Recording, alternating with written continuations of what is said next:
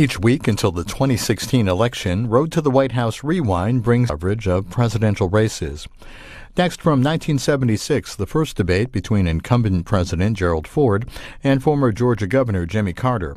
Held in Philadelphia, it focused on domestic issues, taxes, and the economy, and marked the first time since 1960 that the major party nominees squared off in a presidential debate. It's best remembered for a technical problem with the audio feed, causing a 28-minute delay in which the candidates remained at their podiums. Jimmy Carter defeated President Ford in the 1976 general election, winning 50% of the popular vote to Ford's 48%. The League of Women Voters sponsored the event. Our coverage is from NBC News. It's just under 2 hours. Good evening. I'm Edwin Newman, moderator of this first debate of the 1976 campaign between Gerald R. Ford of Michigan, Republican candidate for president, and Jimmy Carter of Georgia, Democratic candidate for president. We thank you, President Ford, and we thank you, Governor Carter, for being with us tonight. There are to be 3 debates between the presidential candidates and 1 between the vice presidential candidates. All are being arranged by the League of Women Voters Education Fund. Tonight's debate, the first between presidential candidates in 16 years, and the first ever in which an incumbent president has participated, is taking place before an audience in the Walnut Street Theater in Philadelphia, just 3 blocks from Independence Hall. The television audience may reach 100 million in the United States and many millions overseas. Tonight's debate focuses on domestic issues and economic policy. Questions will be put by Frank Reynolds of ABC News, James Gannon of the Wall Street Journal, and Elizabeth Drew of the New Yorker magazine. Under the agreed rules, the first question will go to Governor Carter. That was decided by the toss of a coin. He will have up to 3 minutes to answer. 1 follow-up question will be permitted with up to 2 minutes to reply. President Ford will then have 2 minutes to respond. The next question will go to President Ford with the same time arrangements, and questions will continue to be alternated between the candidates. Each man will make a 3-minute statement at the end, Governor Carter to go first. President Ford and Governor Carter do not have any notes or prepared remarks with them this evening. Mr. Reynolds, your question for Governor Carter. Mr. President, Governor Carter. Governor, in an interview with the Associated Press last week, you said you believe these debates would alleviate a lot of concern that some voters have about you. Well, one of those concerns, not an uncommon one about candidates in any year, is that many voters say they don't really know where you stand. Now, you have made jobs your #1 priority, and you have said you are committed to a drastic reduction in unemployment. Can you say now, Governor, in specific terms, what your first step would be next January, if you are elected, to achieve that? Yes. First of all is to recognize the tremendous economic strength of this country and to set the putting back to work of our people as a top priority. This is an effort that ought to be done primarily by strong leadership in the White House, the inspiration of our people, the tapping of business, agriculture, industry, labor, and government at all levels to work on this project. We'll never have an end to the inflationary spiral, and we'll never have a balanced budget until we get our people back to work. There's several things that can be done specifically that are not now being done.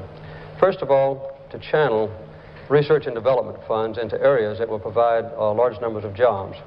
Secondly, we need to have a commitment in the private sector to cooperate with government in matters like housing.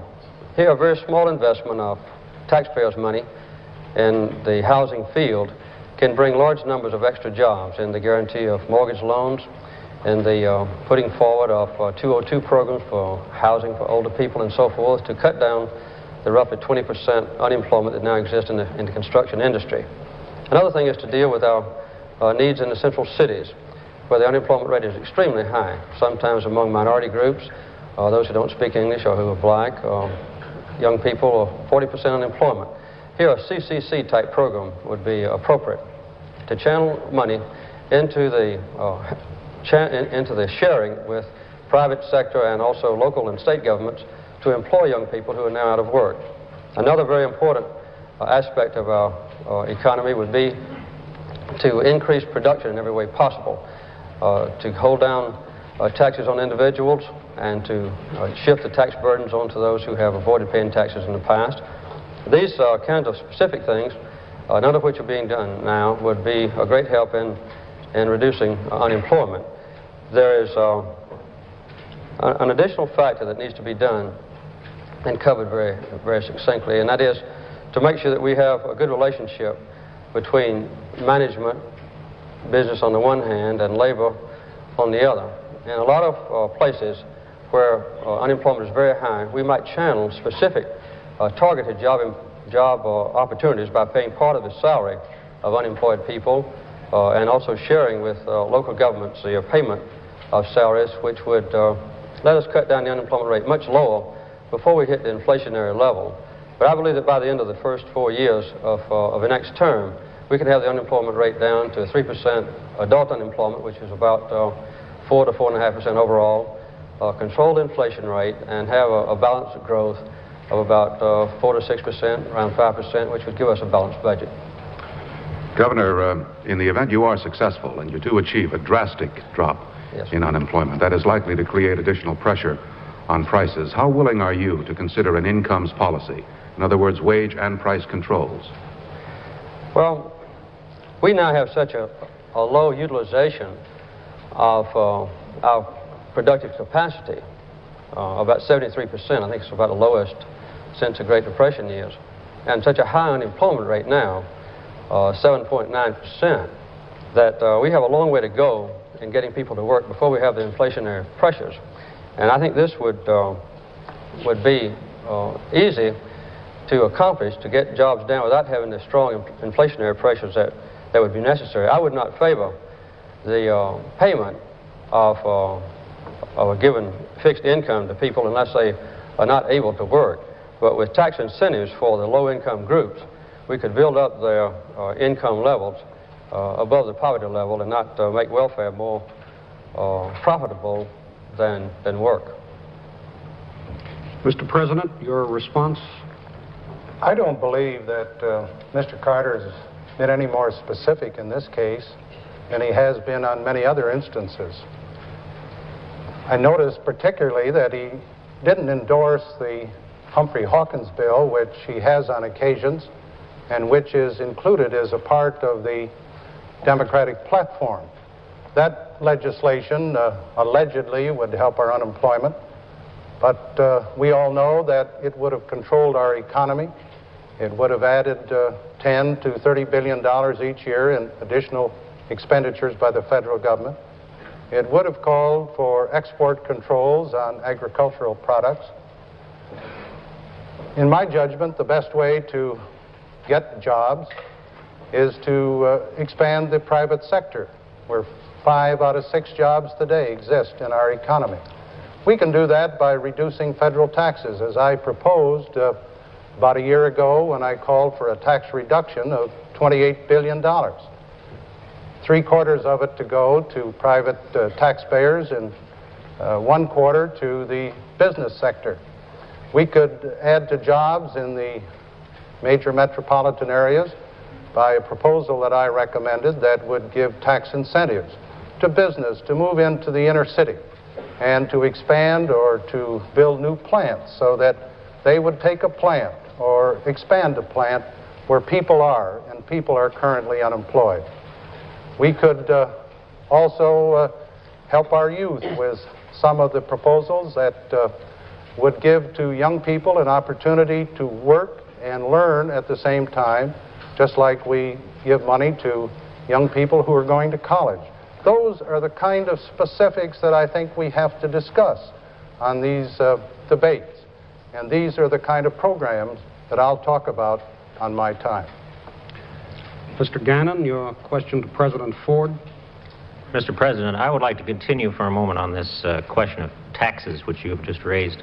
You have said that you favor more tax cuts for middle-income Americans, even those earning up to $30,000 a year. That presumably would cost the Treasury quite a bit of money in lost revenue. In view of the very large budget deficits that you have accumulated and that are still in prospect, how is it possible to promise further tax cuts and to reach your goal of balancing the budget? At the time, Mr. Gannon, that I made the recommendation for a $28 billion tax cut, 3/4 of it to go to individual taxpayers and 25% to American business, I said at the same time that we had to hold the lid on federal spending, that for every dollar of a tax reduction, we had to have an equal reduction in federal expenditures, a one-for-one proposition. And I recommended that to the Congress with a budget ceiling of $395 billion, and that would have permitted us to have a $28 billion tax reduction. In my tax reduction program for middle-income taxpayers, I recommended that the Congress increase personal exemptions from $750 per person to $1,000 per person. That would mean, of course, that for a family of 4, that family would have $1,000 more personal exemption, money that they could spend for their own purposes, money that the government wouldn't have to spend.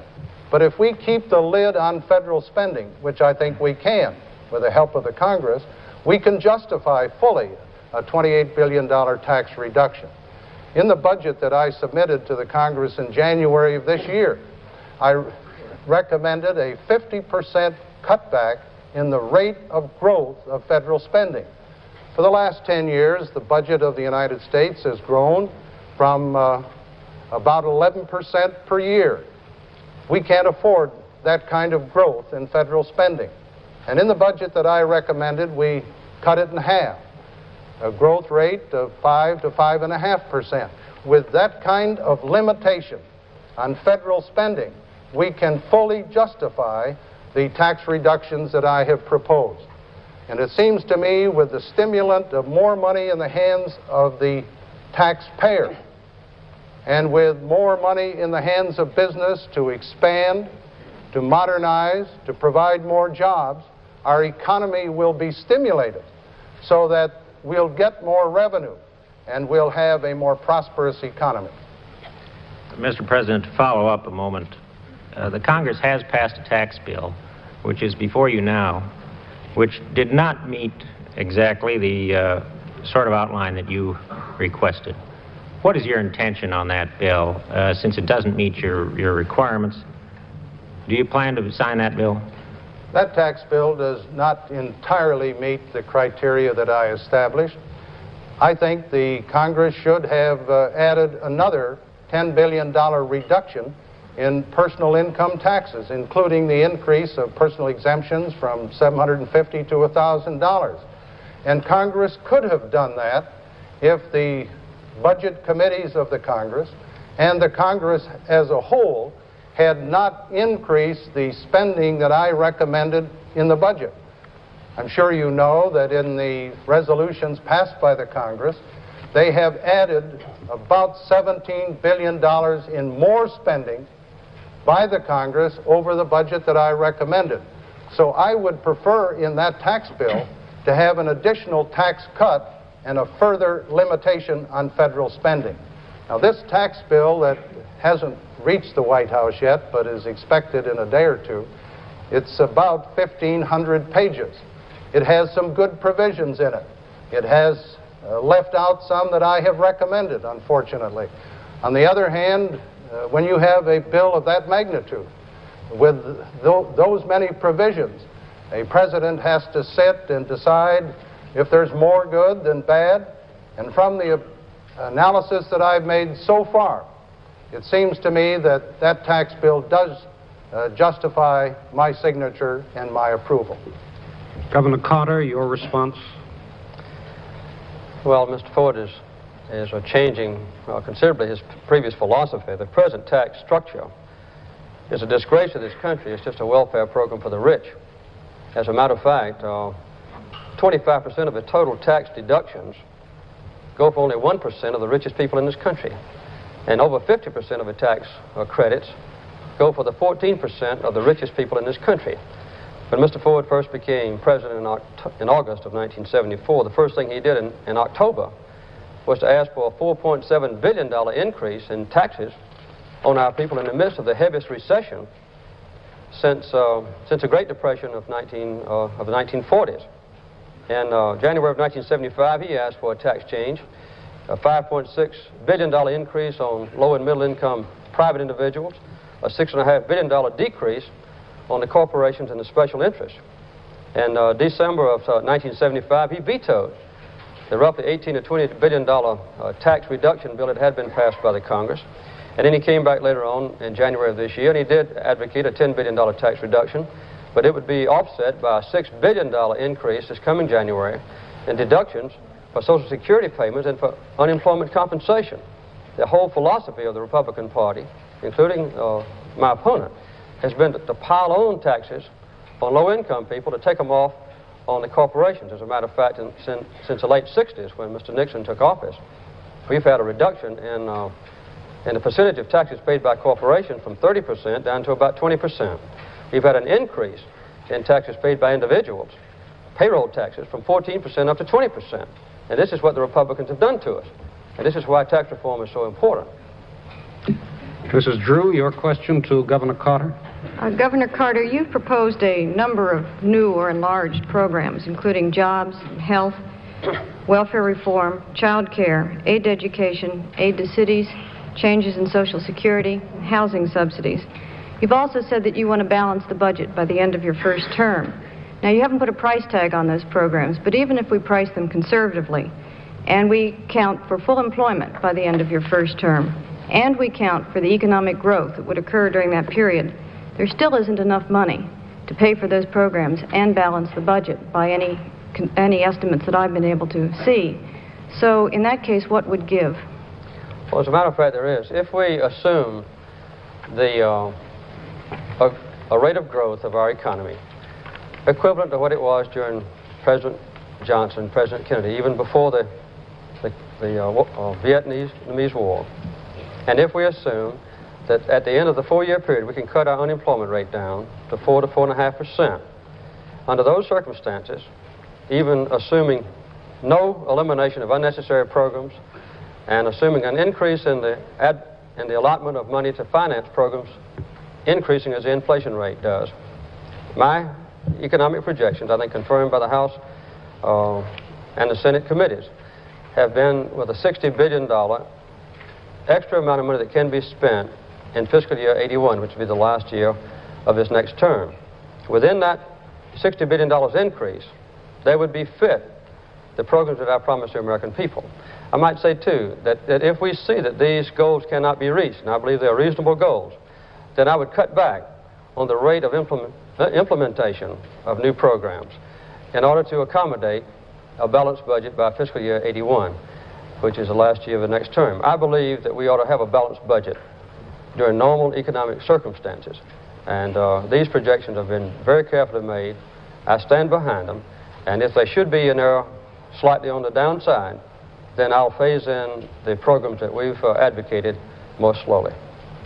Governor, according to the budget committees of the Congress that you referred to, if we get to full employment, what they project at a 4% unemployment, and as you say, even allowing for the inflation in the programs, there would not be anything more than a surplus of $5 billion by the end of by 1981. And conservative estimates of your programs would be that they'd be about $85 to $100 billion. So how do you say that you're going to be able to do these things and balance the budget? Well, the assumption that you have described as different is in the rate of growth of our economy. No, they took that into account in those I figures. believe that it's accurate to say that the committees to whom you refer, with the employment rate that you state, and with a 5 to 5.5% growth rate in our economy, that the projections would be a $60 billion increase in the amount of money that we have to spend in 1981 compared to now. And with that, in that framework, would be fit any improvements in the programs. Now, this does not include any extra control over unnecessary spending, the weeding out of obsolete or obsolescent programs. We'll have a safety version built in with complete reorganization of the executive branch of government, which I am pledged to do. The present bureaucratic structure of the federal government is a mess. And if I'm elected president, that's going to be a top priority of mine, to completely revise the structure of the federal government to make it economical, efficient, purposeful, and manageable for a change. And also, I'm going to institute zero-based budgeting, which I used 4 years in Georgia, which assesses every program every year and eliminates those programs that are obsolete or obsolescent. But with these projections, we will have a balanced budget by fiscal year 1981, if I'm elected president. Keep my promises to the American people, and it's just predicated on very modest, but I think accurate projections of employment increases and a growth in our national economy equal to what was experienced under Kennedy, Johnson, before the Vietnam War. President Ford. If it is true that there will be a $60 billion surplus by fiscal year 1981, rather than spend that money for all the new programs that Governor Carter recommends and endorses, and which are included in the Democratic platform, I think the American taxpayer ought to get an additional tax break, a tax reduction of that magnitude. I feel that the taxpayers are the ones that need the relief. I don't think we should add additional programs of the magnitude that Governor Carter talks about.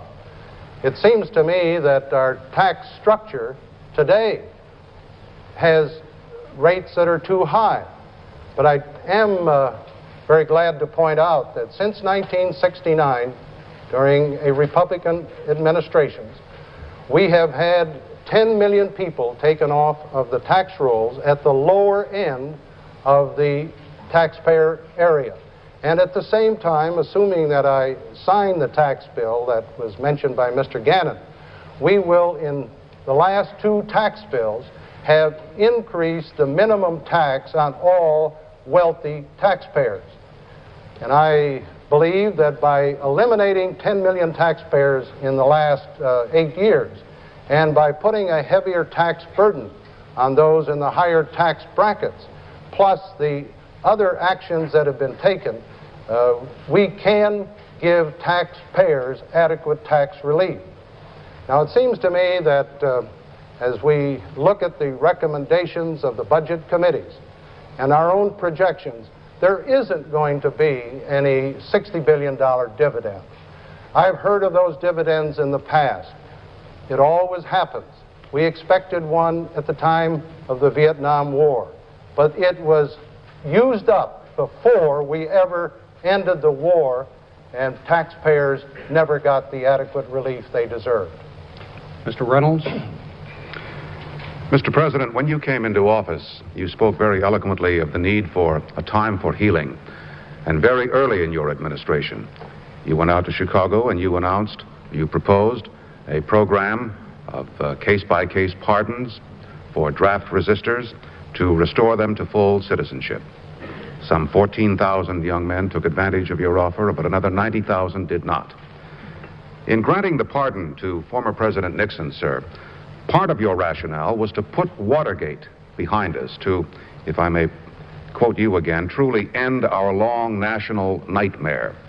Why does not the same rationale apply now, today, in our bicentennial year, to the young men who resisted in Vietnam, and many of them still in exile abroad?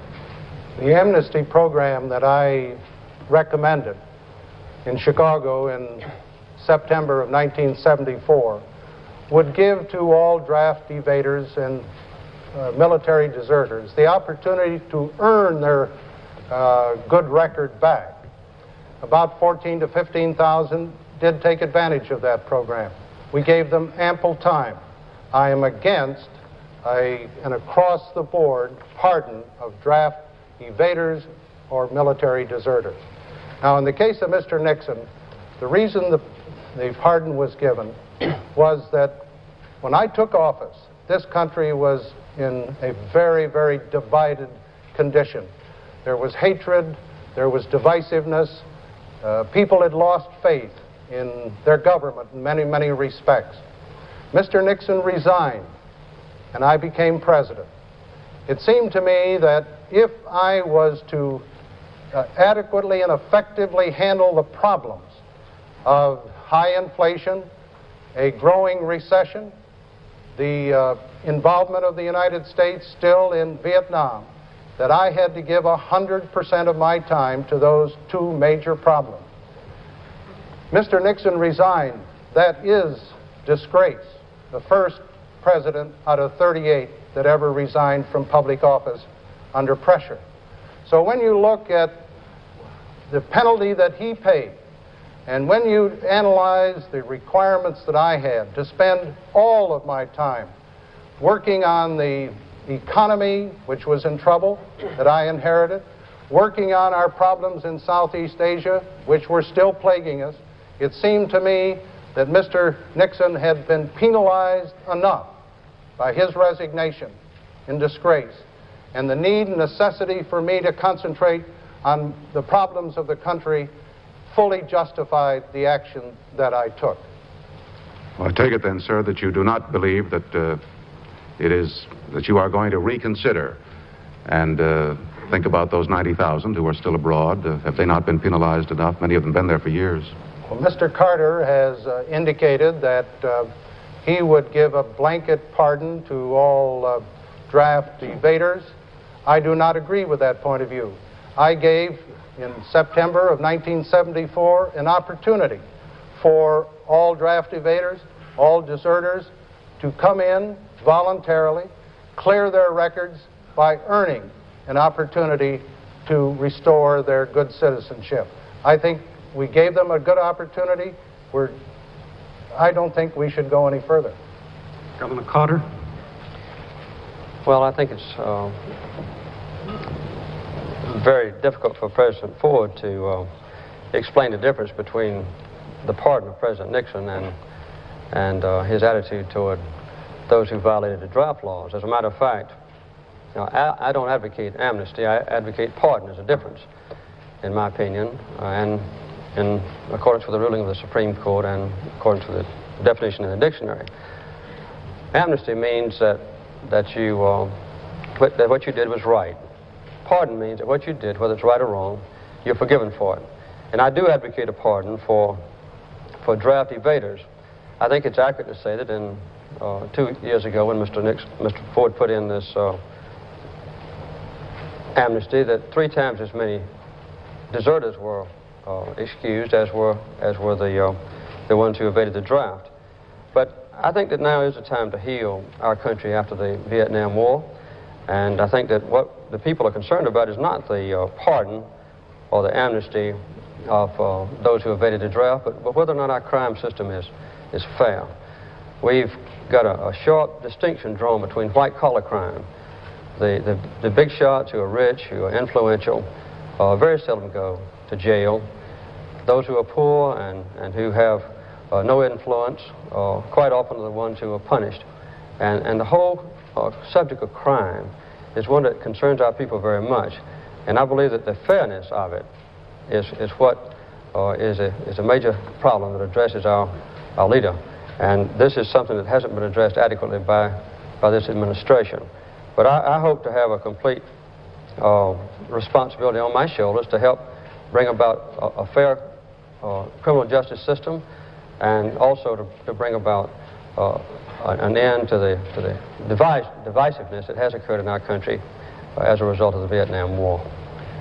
Mr. Gannon? Governor Carter, you have promised a sweeping overhaul of the federal government, including a reduction in the number of government agencies. You say it would go down to about 200 from some 1,900. That sounds indeed like a very deep cut in the federal government.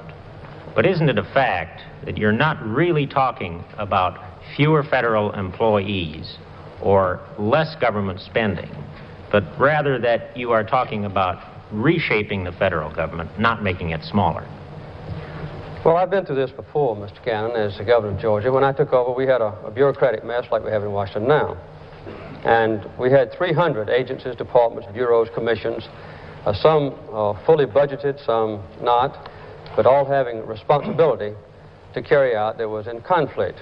And we cut those 300 agencies and so forth down substantially. We eliminated 278 of them. We set up a simple structure of government that could be administered fairly, and it was a tremendous success. It hasn't been undone since I was there.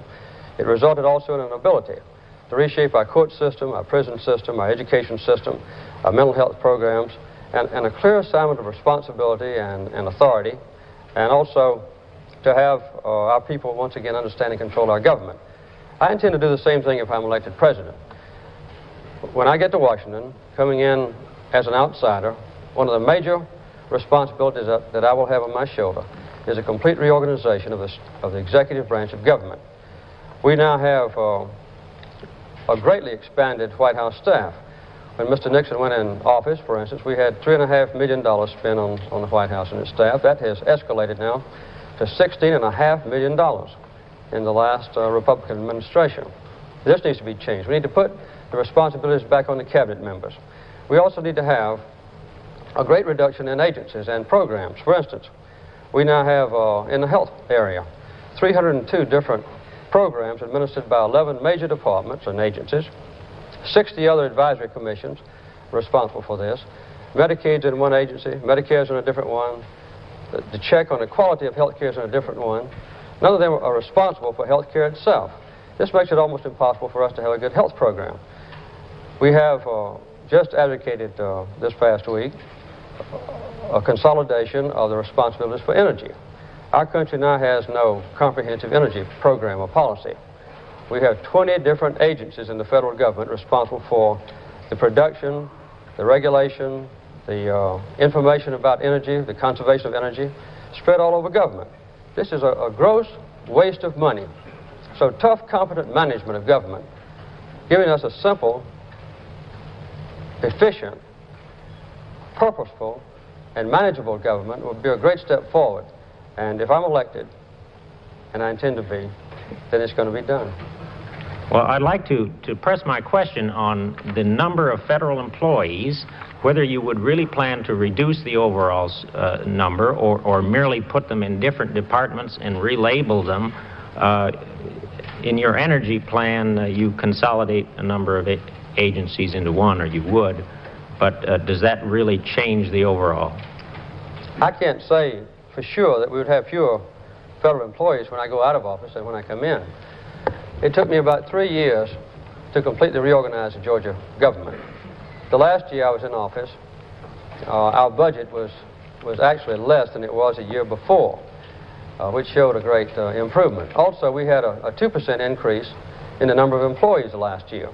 But it was a tremendous shift from administrative jobs into the delivery of services. For instance, we completely revised our prison system. We established 84 new mental health treatment centers. And we shifted people out of administrative jobs into the field to deliver better services. The same thing will be done at the federal government level. I accomplished this with substantial reductions in employees in some departments. For instance, in the transportation department, we cut back about 25% the total number of employees. In giving our people better mental health care, we increased the number of employees, but the efficiency of it, the simplicity of it, the ability of people to understand their own government and control it was a substantial benefit derived from complete reorganization. We have got to do this at the federal government level. If we don't, the bureaucratic mess is going to continue. There's no way for our people now to understand what their government is. There's no way to get the answer to a question. When you come to Washington to try to, as a governor, to try to begin a new program for your people, like the treatment of drug addicts, I found there were 13 different federal agencies that I had to go to manage the drug treatment program. In the Georgia government, we only had one agency responsible for drug treatment. This is a kind of change that would be made, and it would be of tremendous benefit in long-range planning, in tight budgeting, saving the taxpayers money, making the government more efficient, cutting down on bureaucratic waste, having a clear delineation of authority and responsibility of employees, and giving our people a better chance to understand and control the government. President Ford? I think the record should show, Mr. Newman, that the Bureau of Census, we checked it just yesterday, indicates that in the 4 years that Governor Carter was governor of the state of Georgia, expenditures by the government went up over 50%. Employees of the government in Georgia during his term of office went up over 25%. And the figures also show that the bonded indebtedness of the state of Georgia during his governorship went up over 20%. And there was some very interesting testimony given by Governor Carter's successor, Governor Busbee, before a Senate committee a few months ago on how he found the Medicaid program when he came into office following Governor Carter. He testified, and these are his words, the present governor of Georgia. He says he found the Medicaid program in Georgia in shambles. Now let me talk about what we've done in the White House as far as federal employees are concerned. The first order that I issued after I became president was to cut or eliminate the prospective 40,000 increase in federal employees that had been scheduled by my predecessor. And in the term that I've been president, some 2 years, we have reduced federal employment by 11,000. In the White House staff itself, when I became president, we had roughly 540 employees. We now have about 485 employees. So we've made a rather significant reduction in the number of employees on the White House staff working for the president. So I think our record of cutting back employees, plus the failure on the part of the governor's program to actually save employment in Georgia, shows which is the better plan. Mrs. Drew? Mr. President, at Vail, after the Republican convention, you announced that you would now emphasize 5 new areas.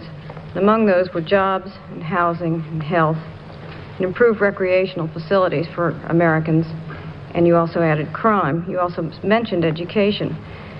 For 2 years, you've been telling us that we couldn't do very much in these areas because we couldn't afford it. And in fact, we do have a $50 billion deficit now. In rebuttal to Governor Carter a little bit earlier, you said that if there were to be any surplus in the next few years, you thought it should be turned back to the people in the form of tax relief. So how are you going to pay for any new initiatives in these areas you announced at Vail you were going to now stress? Well, in the last 2 years, as I indicated before, we had a very tough time. We were faced with heavy inflation, over 12%.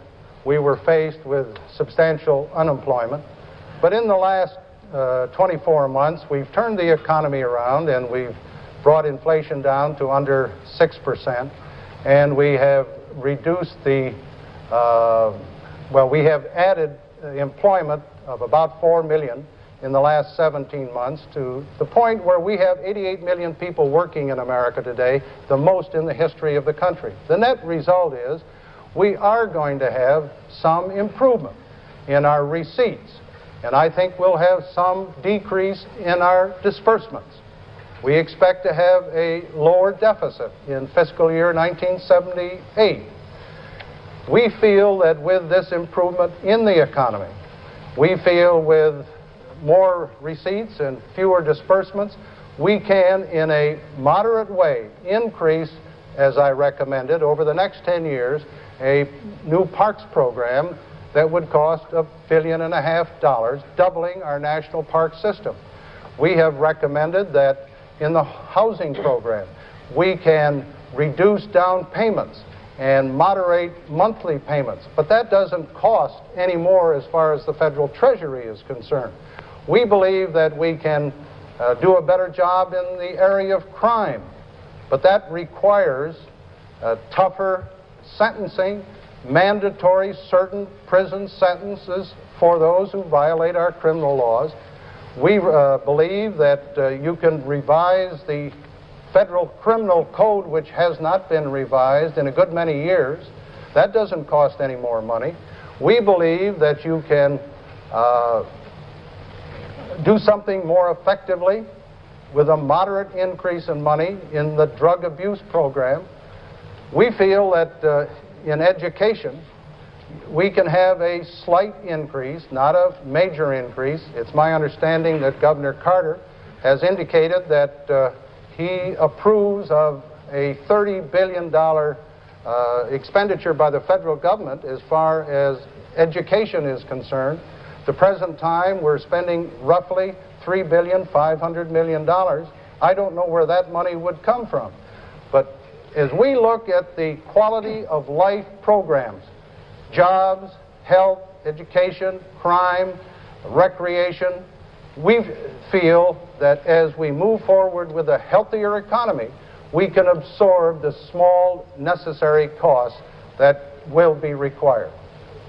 Sir, in the next few years, would you try to reduce the deficit? Would you spend money for these programs that you have just outlined, or would you, as you said earlier, return whatever surplus you got to the people in the form of tax relief? We feel that with the programs that I have recommended, the additional $10 billion tax cut, with the moderate increases in the quality of life area, we can still have a balanced budget which I will submit to the Congress in January of 1978. We won't wait 1 year or 2 years longer, as Governor Carter indicates. As the economy improves, and it is improving, our gross national product this year will average about 6% increase over last year. We will have a lower rate of inflation for the calendar year this year of something slightly under 6%. Employment will be up, revenues will be up. We'll keep the lid on some of these programs that we can hold down as we have a little extra money to spend for those quality of life programs which I think are needed and necessary. Now, I cannot and would not endorse the kind of programs that Governor Carter recommends. He endorses the Democratic platform, which, as I read it, calls for approximately 60 additional programs. We estimate that those programs would add $100 billion minimum and probably $200 billion maximum each year to the federal budget. Those programs you cannot afford and give tax relief. We feel that you can hold the line and restrain federal spending, give a tax reduction, and still have a balanced budget by 1978. Governor Carter. Well, Mr. Ford takes the same attitude that the Republicans always take. In the last 3 months before an election, they're always for the programs that they fight the other 3.5 years. I remember when Herbert Hoover was against jobs for people. I remember when Alf Landon was against Social Security. And later President Nixon, 16 years ago, was telling the public that John Kennedy's proposals would bankrupt the country and would double the cost. The best thing to do is to look at the record of Mr. Ford's administration and Mr. Nixon's before his. We had last year a $65 billion deficit, the largest deficit in the history of our country. More of a deficit spending than we had in the entire 8-year period under President Johnson and President Kennedy. We've got 500,000 more Americans out of jobs today than were out of work 3 months ago. And since Mr. Ford's been in office in 2 years, we've had a 50% increase in unemployment, from 5 million people out of work to 2.5 million more people out of work, a total of 7.5 million. We've also got a comparison between himself and Mr. Nixon. He's got 4 times the size of the deficits that Mr. Nixon even had himself. This, talking about more people at work, is distorted because with a 14% increase in the cost of living in the last 2 years, it means that women and young people have had to go to work when they didn't want to, because their fathers couldn't make enough to pay the increased cost of food and housing and clothing. We have, in this last 2 years alone, $120 billion total deficits under President Ford. And at the same time, we've had, in the last 8 years, a doubling in the number of bankruptcies for small business. We've had a negative growth in our national economy, measured in real dollars. The take-home pay of a worker in this country is actually less now than it was in 1968, measured in real dollars. This is a kind of record that's there, and talk about the future and a drastic change or conversion on the part of Mr. Ford at this last minute is one that just doesn't go. Mr. Reynolds. Governor Carter, I'd like to turn to what we used to call the energy crisis. Yesterday, a British government commission on air pollution, but one headed by a nuclear physicist, recommended that any further expansion of nuclear energy be delayed in Britain as long as possible. Now, this is a subject that is quite controversial among our own people, and there seems to be a clear difference between you and the President on the use of nuclear power plants, which you say you would use as a last priority. Why, sir? Are they unsafe? Well, among my other experiences in the past, I've been a nuclear engineer and did graduate work in this field. I think I know the capabilities and limitations of atomic power. But the energy policy of our nation is one that has not yet been established under this administration. I think almost every other developed nation in the world has an energy policy except us. We have seen the Federal Energy Agency established, for instance. In the crisis of 1973, it was supposed to be a temporary agency. Now it's permanent, it's enormous, it's growing every day. I think the Wall Street Journal reported not too long ago they have 112 public relations experts working for the Federal Energy Agency to try to justify to the American people its own existence. We've got to have a firm way to handle the energy question.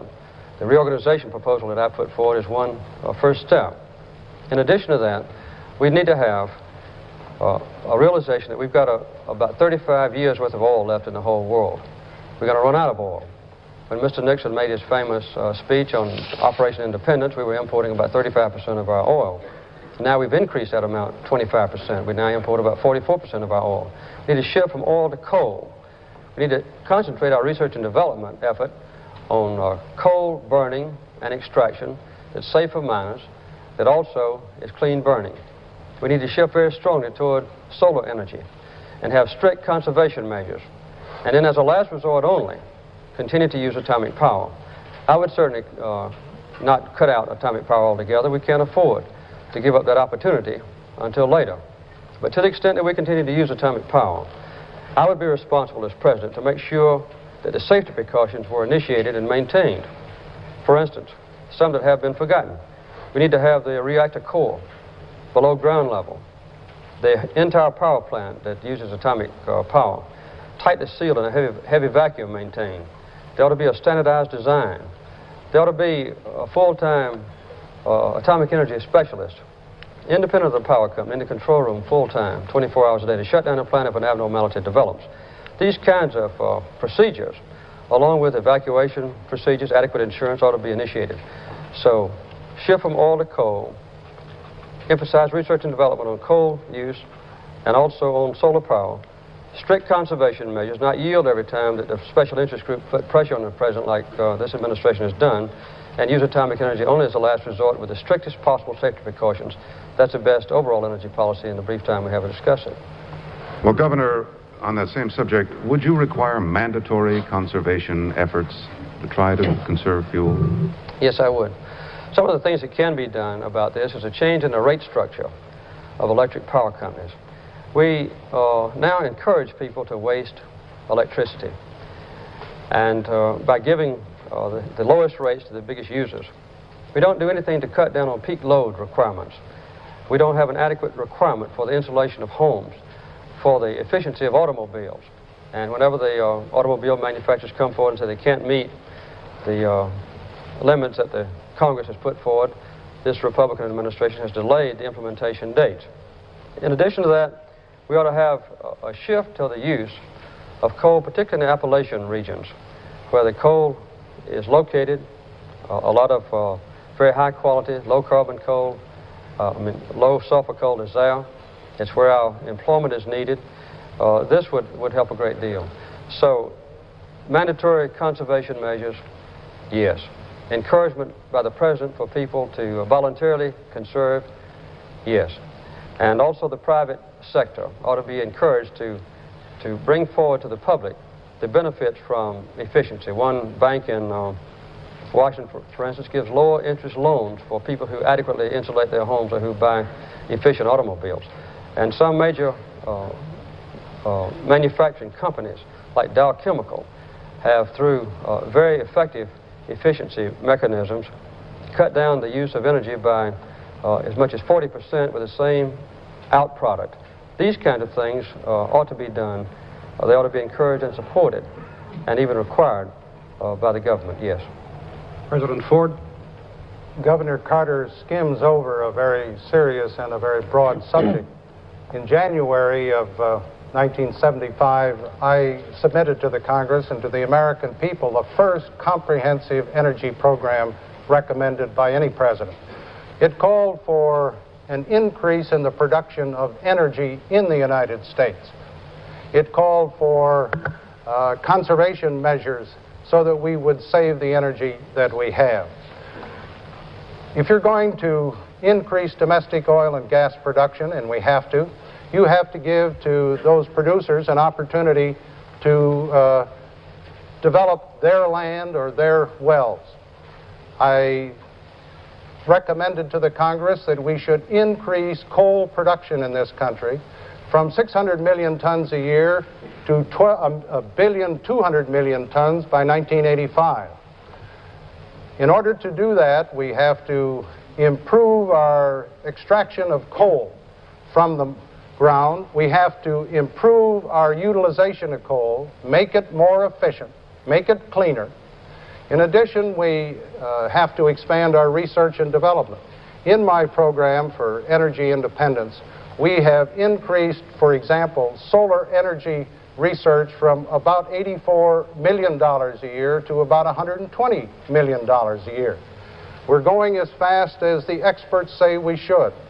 In nuclear power, we have increased the research and development under the Energy Research and Development Agency very substantially to ensure that our nuclear power plants are safer, that they are more efficient, and that we have adequate safeguards. I think you have to have greater oil and gas production, more coal production, more nuclear production, and in addition, you have to have energy conservation. Mr. Gannon? Mr. President, I'd like to return for a moment to this problem of unemployment.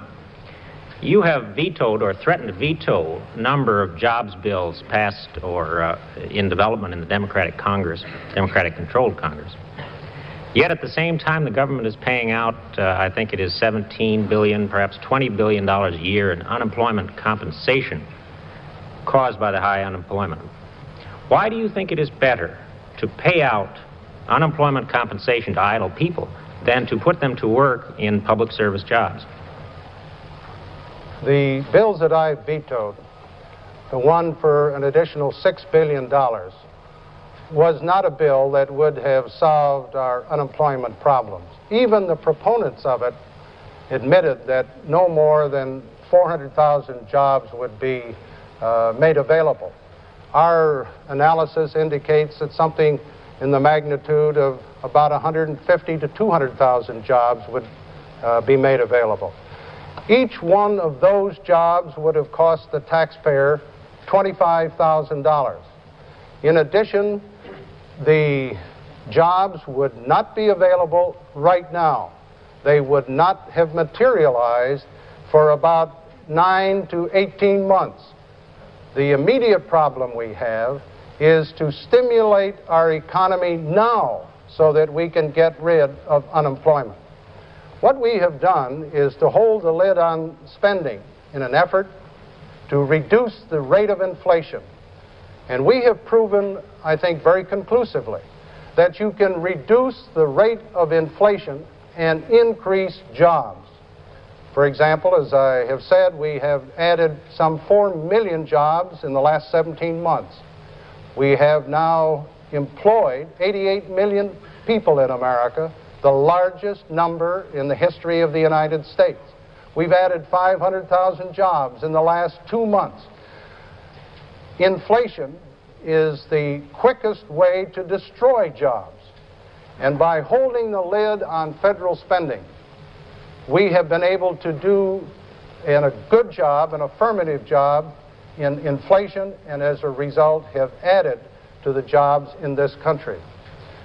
I think it's also appropriate to point out that through our tax policies, we have stimulated, added employment throughout the country. The investment tax credit, the tax incentives for expansion and modernization of our industrial capacity. It's my opinion that the private sector, where 5 out of the 6 jobs are, where you have permanent jobs, with the opportunity for advancement is a better place than make-work jobs under the program recommended by the Congress. Just to follow up, Mr. President, the Congress has just passed a $3.7 billion appropriation bill, which would provide money for the Public Works Jobs Program that you earlier tried to kill by your veto of the authorization legislation. In light of the fact that unemployment again is rising, or has in the past 3 months, I wonder if you have rethought that question at all, whether you would consider allowing this program to be funded, or will you veto that money bill? Well, that bill has not yet come down to the Oval Office, so I am not in a position to make any judgment on it tonight. But that is an extra $4 billion that would add to the deficit, which would add to the inflationary pressures, which would help to destroy jobs in the private sector, not make jobs where the jobs really are. These make-work temporary jobs, dead end as they are not the kind of jobs that we want for our people. I think it's interesting to point out that in the 2 years that I've been president, I've vetoed 56 bills. Congress has sustained 42 vetoes. As a result, we have saved over $9 billion in federal expenditures. And the Congress, by overriding the bills that I did veto, the Congress has added some $13 billion to the federal expenditures and to the federal deficit. Now, Governor Carter complains about the deficits that this administration has had, and yet he condemns the vetoes that I have made that have saved the taxpayer $9 billion and could have saved an additional $13 billion. Now, he can't have it both ways, and therefore it seems to me that we should hold the lid as we have to the best of our ability so we can stimulate the private economy and get the jobs where the jobs are, 5 out of 6 in this economy. Governor Carter. Well, Mr. Ford doesn't seem to put into perspective the fact that when 500,000 more people are out of work than there were 3 months ago, or we have 2.5 million more people out of work than were when he took office, that this touches human beings. I was in a city in Pennsylvania not too long ago, near here, and there were about 4,000 or 5,000 people in the audience. It was on a train trip. And I said, how many adults here are out of work? About 1,000 raised their hands. Mr. Ford actually has fewer people now in the private sector in non-farm jobs than when he took office. And still he talks about success. 7.9% unemployment is a terrible tragedy in this country. He says he's learned how to match unemployment with inflation. That's right. We've got the highest inflation we've had in 25 years right now, except under this administration, and that was 50 years ago. And we've got the highest unemployment we've had under Mr. Ford's administration since the Great Depression. This affects human beings, and his insensitivity in providing those people a chance to work has made this a welfare administration and not a work administration. He hasn't saved $9 billion with his vetoes. There's only been a net saving of $4 billion. And the cost in unemployment compensation, welfare compensation, and lost revenues has increased $23 billion in the last 2 years.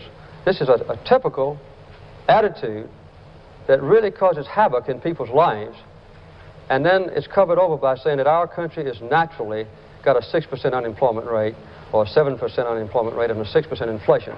It's a travesty. It shows a lack of leadership.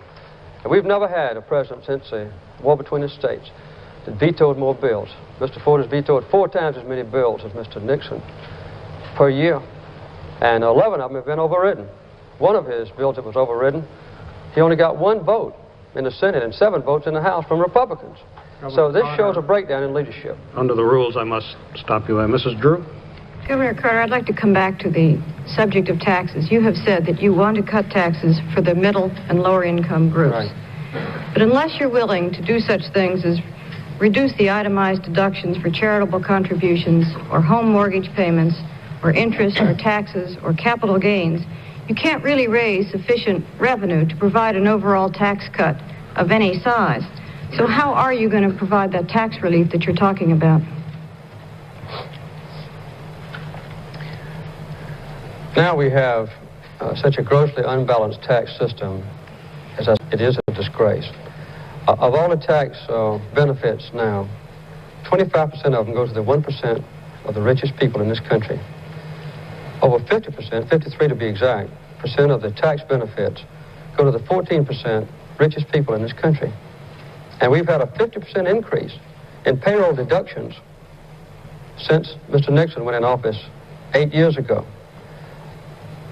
Mr. Ford has advocated since he's been in office over $5 billion in reductions for corporations, special interest groups, and the very, very wealthy who derive their income not from labor, but from investments. That's got to be changed. A few things that can be done.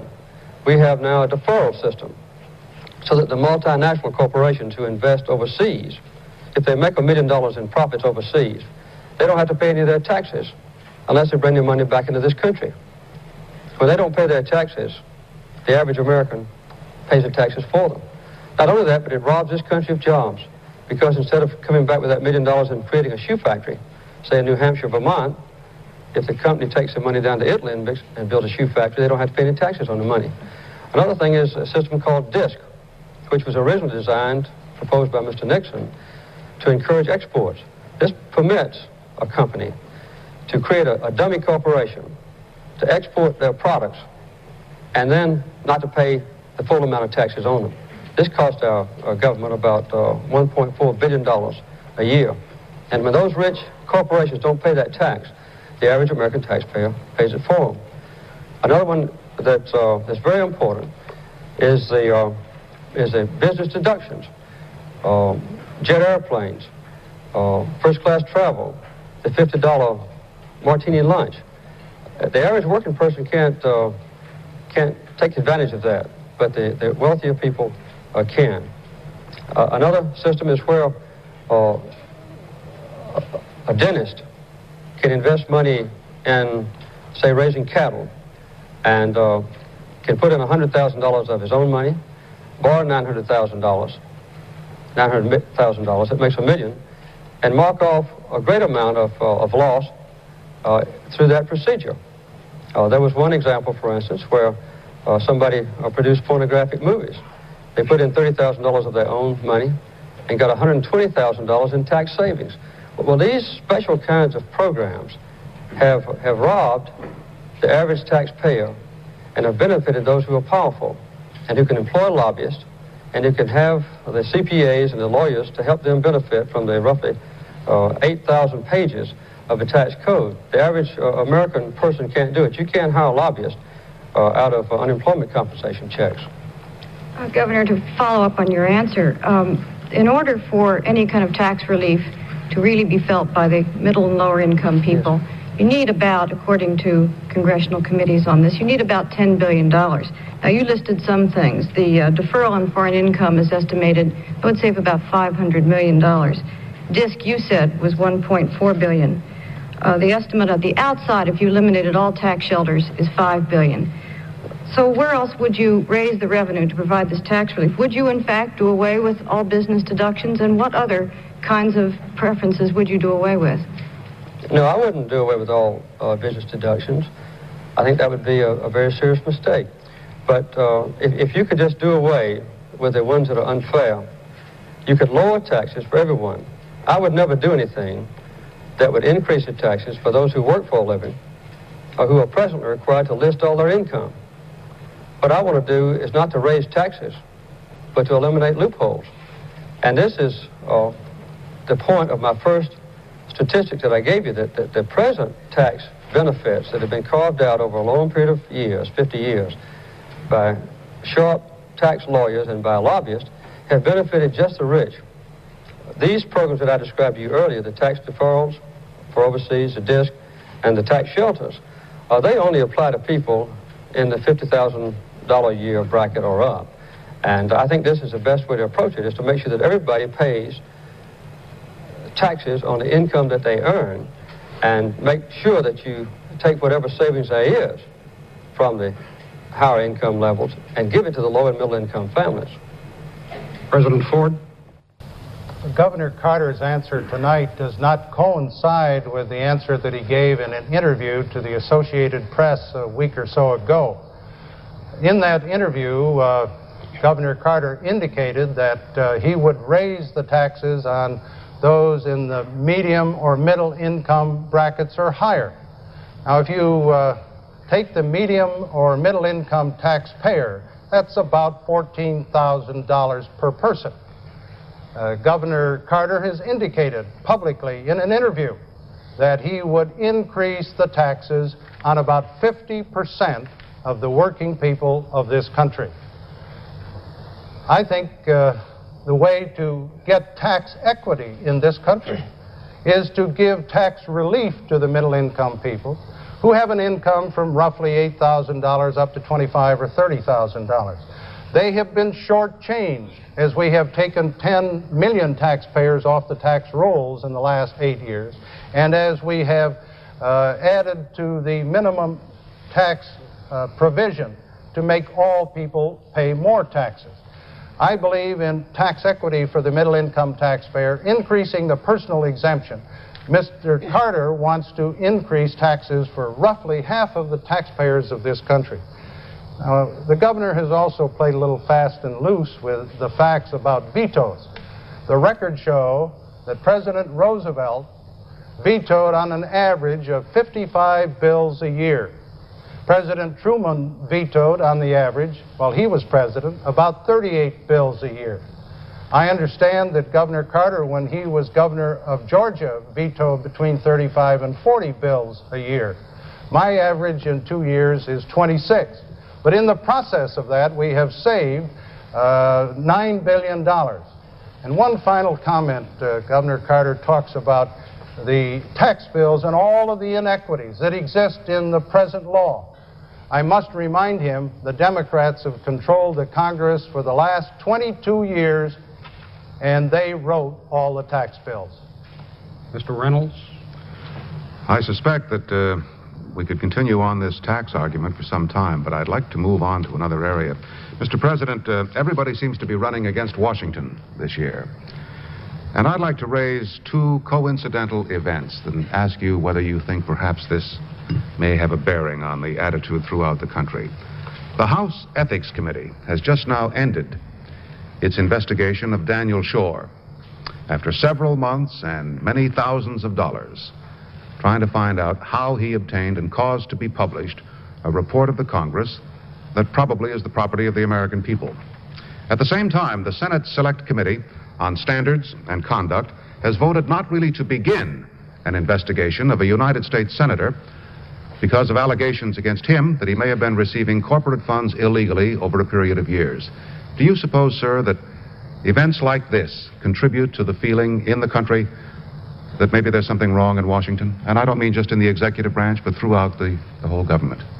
There is a considerable anti-Washington feeling throughout the country, but I think the feeling is misplaced. In the last 2 years, we have restored integrity in the White House, and we've set high standards in the executive branch of the government. The anti-Washington feeling, in my opinion, ought to be focused on the Congress of the United States. For example, this Congress very shortly will spend $1 billion a year for its housekeeping, its salaries, its expenses, and the like. The next Congress will probably be the first $1 billion Congress in the history of the United States. I don't think the American people are getting their money's worth from the majority party that run this Congress. We, in addition, see that in the last 4 years, the number of employees hired by the Congress has gone up substantially. Much more than the gross national product, much more than any other increase throughout our society. Congress is hiring people by the droves, and the cost as a result has gone up. And I don't see any improvement in the performance of the Congress under the present leadership. So it seems to me, instead of the anti-Washington feeling being aimed at everybody in Washington, it seems to me that the focus should be where the problem is, which is the Congress of the United States, and particularly the majority in the Congress. They spend too much money on themselves. They have too many employees. There's some question about their morality. It seems to me that in this election, the focus should not be on the executive branch, but the correction should come as the voters vote for their members of the House of Representatives or for their United States Senator. That's where the problem is, and I hope there will be some corrective action taken so we can get some new leadership in the Congress of the United States. Mr. President, if I may follow up, I think you've made it plain that you take a dim view of the majority in the Congress. Isn't it quite likely, sir, that you will have a Democratic Congress in the next session if you are elected president? And hasn't the country a right to ask whether you can get along with that Congress or whether we'll have continued confrontation? Well, it seems to me that we have a chance, the Republicans, to get a majority in the House of Representatives. We will make some gains in the United States Senate, so there will be different ratios in the House as well as in the Senate. And as president, I will be able to work with that Congress. But let me take the other side of the coin, if I might. Supposing we had had a Democratic Congress for the last 2 years, and we had had Governor Carter as president. He has, in effect, said that he would agree with he would disapprove of the vetoes that I have made and would have added significantly to expenditures and the deficit in the federal government.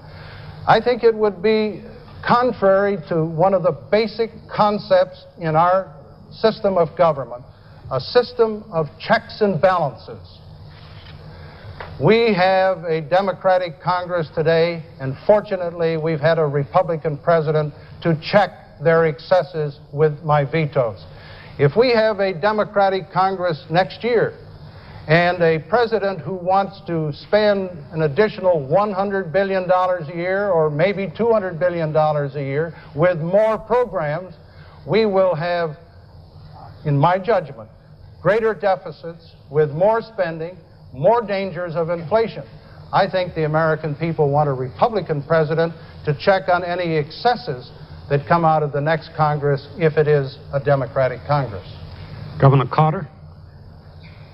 Well, it's not a matter of Republican and Democrat. It's a matter of leadership or no leadership. President Eisenhower worked with the Democratic Congress very well. Even President Nixon, because he was a strong leader at least, worked with the Democratic Congress very well. Mr. Ford has vetoed, as I said earlier, 4 times as many bills per year as Mr. Nixon. Mr. Ford quite often puts forward a program just as a public relations stunt and never tries to put it through the Congress by working with the Congress. I think under President Ford, Nixon and Eisenhower, they passed about 60 to 75% of their legislation. This year, Mr. Ford will not pass more than 26% of all the legislative proposals he puts forward. This is government by stalemate. And we've seen almost a complete breakdown in the proper relationship between the president, who represents this country, and the Congress, who collectively also represent this country. We've had Republican presidents before who've tried to run against the Democratic Congress. And I don't think it's the Congress is Mr. Ford's opponent, but if he insists that I be responsible for the Democratic Congress, of which I have not been a part, then I think it's only fair that he be responsible for the Nixon administration in its entirety, of which he was a part. That, I think, is a good balance. But the point is that a president ought to lead this country. Mr. Ford, so far as I know, except for avoiding another Watergate, has not accomplished one single major program for this country. And there's been a constant squabbling between the president and the Congress, and that's not the way this country ought to be run. I might go back to one other thing. Mr. Ford has misquoted an AP news story that was in error to begin with. That story reported several times that I would lower taxes for low and middle income families. And that correction was delivered to the White House, and I'm sure that the president knows about this correction, but he still insists on repeating an erroneous statement. President Ford, Governor Carter, we no longer have enough time for 2 complete sequences of questions. We have only about 6 minutes left for questions and answers.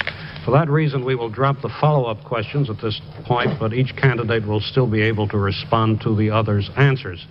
To the extent that you can, gentlemen, please keep your remarks brief. Mr. Gannon? Governor Carter, one important part of the government's economic policy apparatus that we haven't talked about is the Federal Reserve Board. I'd like to ask you something about what you've said, and that is that you believe that a president ought to have a chairman of the Federal Reserve Board whose views are compatible with his own. Based on the record of the last few years, would you say that your views are compatible with those of Chairman Arthur Burns? And if not, would you seek his resignation if you are elected? What I have said is that the president ought to have a chance to appoint the chairman of the Federal Reserve Board to have a coterminous term. In other words, both of them serve the same 4 years. The Congress can modify the supply of money by modifying the income tax laws. The president can modify the economic structure of a country by public statements and general attitudes and the budget that he proposes. The Federal Reserve has an independent status that ought to be preserved. I think that Mr. Burns did take a typical erroneous Republican attitude in the 1973 year when inflation was so high. They assumed that the inflation rate was because of excessive demand and therefore put into effect tight constraint on the economy, very high interest rates, which is typical also of the Republican administration, tried to increase the tax payments by individuals, cut the tax payments by corporations. I would have done it opposite. I think the problem should have been addressed by increasing productivity, by having put people back to work so they could purchase more goods, lower income taxes on individuals, perhaps raise them, if necessary, on corporations in comparison. But Mr. Burns, in that respect, made a very serious mistake. I would not want to destroy the independence of the Federal Reserve Board, but I do think we ought to have a cohesive economic policy with at least a chairman of the Federal Reserve Board and the president's terms being the same, and letting the Congress, of course, be the third entity with independence subject only to the president's veto. President Ford, your response? The chairman of the Federal Reserve Board should be independent. Fortunately, he has been during Democratic as well as Republican administrations. As a result, in the last 2 years, we have had a responsible monetary policy. The Federal Reserve Board indicated that the supply of money would be held between 4 to 4.5 and 7 and 7.5. They have done a good job in integrating the money supply with the fiscal policy of the executive and legislative branches of the government. It would be catastrophic if the chairman of the Federal Reserve Board became the tool of the political party that was in power. It's important for our future economic security that that job be non-political and separate from the executive and the legislative branches. Mrs. Drew? Well, Mr. President, the real problem with the FBI, and in fact all of the intelligence agencies, is there are no real laws governing them. Such laws as there are tend to be vague and open-ended. Now, you have issued some executive orders, but we've learned that leaving these agencies to executive discretion and direction can get them and, in fact, the country in a great deal of trouble. One president may be a decent man, the next one might not be. So what do you think about trying to write in some more protection by getting some laws governing these agencies? You are familiar, of course, with the fact that I am the first president in 30 years who has reorganized the intelligence agencies in the federal government. The CIA, the Defense Intelligence Agency, the National Security Agency, and the others. We've done that by executive order, and I think we've tightened it up. We've straightened out their problems that developed over the last few years. It doesn't seem to me that it's needed or necessary to have legislation in this particular regard. I have recommended to the Congress, however, I'm sure you're familiar with this, legislation that would make it very proper and in the right way that the Attorney General could go in and get the right for wiretapping under security cases. This was an effort that was made by the Attorney General and myself, working with the Congress. But even in this area, where I think new legislation would be justified, the Congress has not responded. So I feel in that case, as well as in the reorganization of the intelligence agencies, as I've done, we have to do it by executive order. And I'm glad that we have a good director in George Bush. We have good executive orders, and the CIA and the DIA and NASA, or NSA, are now doing a good job under proper supervision. Governor Carter? Well, one of the very serious things that's happened in our government in recent years, and has continued up until now, is a breakdown in the trust among our people in the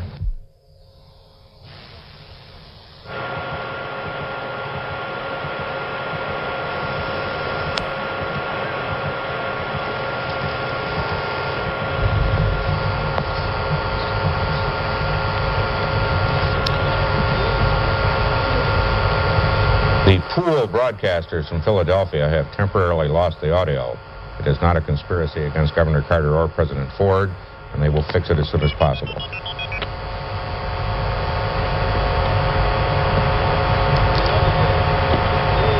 This debate is now within about 8 minutes of its close, and in spite of the fact that this was under the auspices of the League of Women Voters,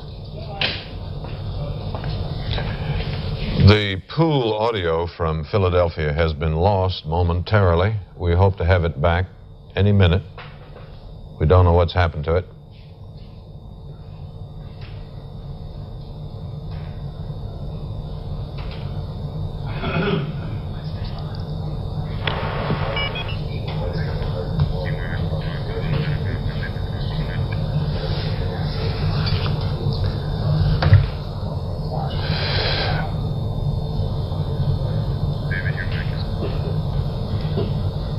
Again, the pooled audio from the Walnut Street Theater in Philadelphia has been lost.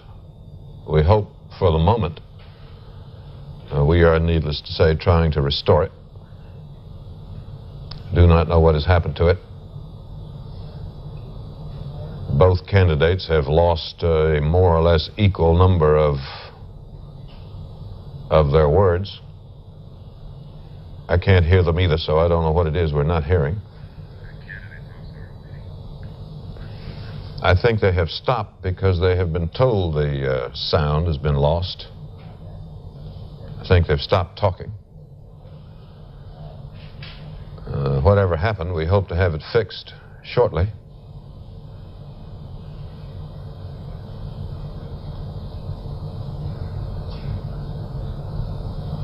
I wish I could tell you more about it, but that's all I know. And David, you want to summarize some of the things they've been talking? I might say a word here that I'd planned to say later when the debate was over, and in fact probably will say it again when the debate is over, and it is that at 11:30 Eastern Time, which is to say a half hour from now, we will be back here with a special program in which we will ask people in the audience in the theater in Philadelphia as they leave, ask others in the area and whoever we can find whose views might be interesting, what they think about the debate, who they think won, if they care to put it that way, who they think scored the most points. John Chancellor and other members of our news staff are in Philadelphia and will be ready with this. As I say, that's at 11:30 Eastern Time, after a half-hour break for the local news across the country. And we'll be back with that, whatever happens to the audio from the theater at this time. And again, I don't know what's happened, except that we're not getting it. Nobody is getting it. It's the same it's the same everywhere, so you needn't change channels looking for it. It's the same on all of them.